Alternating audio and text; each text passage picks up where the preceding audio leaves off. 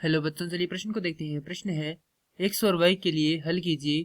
समीकरण दी गई है x योग y बराबर 17 और दूसरी समीकरण x घटाओ y बराबर 1। प्रश्न को हल करने से पहले जो इसकी मुख्य अवधारणा है उस पर विचार करेंगे। तो इस प्रश्न के लिए जो मुख्य अवधारणा है वह हो जाएगी दो चरों के रेखिक समीकरण।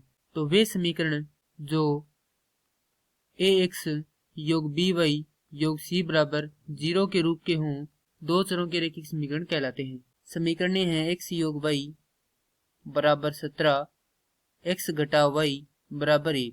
इन समीकरणों को हम प्रतिस्थापन विधि से हल करेंगे, अर्थात किसी एक समीकरण से एक चर का मान निकाल लें, चाहे वह x का निकाल लें चाहे वह y का निकाल लें, दोनों समीकरणों में से किसी एक समीकरण में से, तथा जिस समीकरण से निकाला है उसके अलावा जो दूसरी समीकरण में है उसमें उसका मान रखकर दूसरे चर का मान निकालना। देखिए किस प्रकार से, जैसे कि हम समीकरण 2 लेते हैं, यहाँ पर समीकरण 1 है और यह समीकरण 2 है।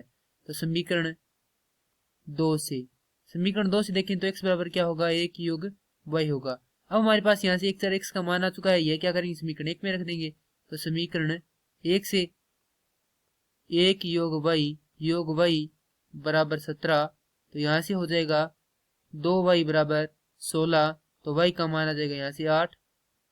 और यदि ये y का मान हम इस समीकरण में रखेंगे तो यहाँ से x का मान आ जाएगा x बराबर 1 योग 8, अर्थात x का मान आ जाएगा 9।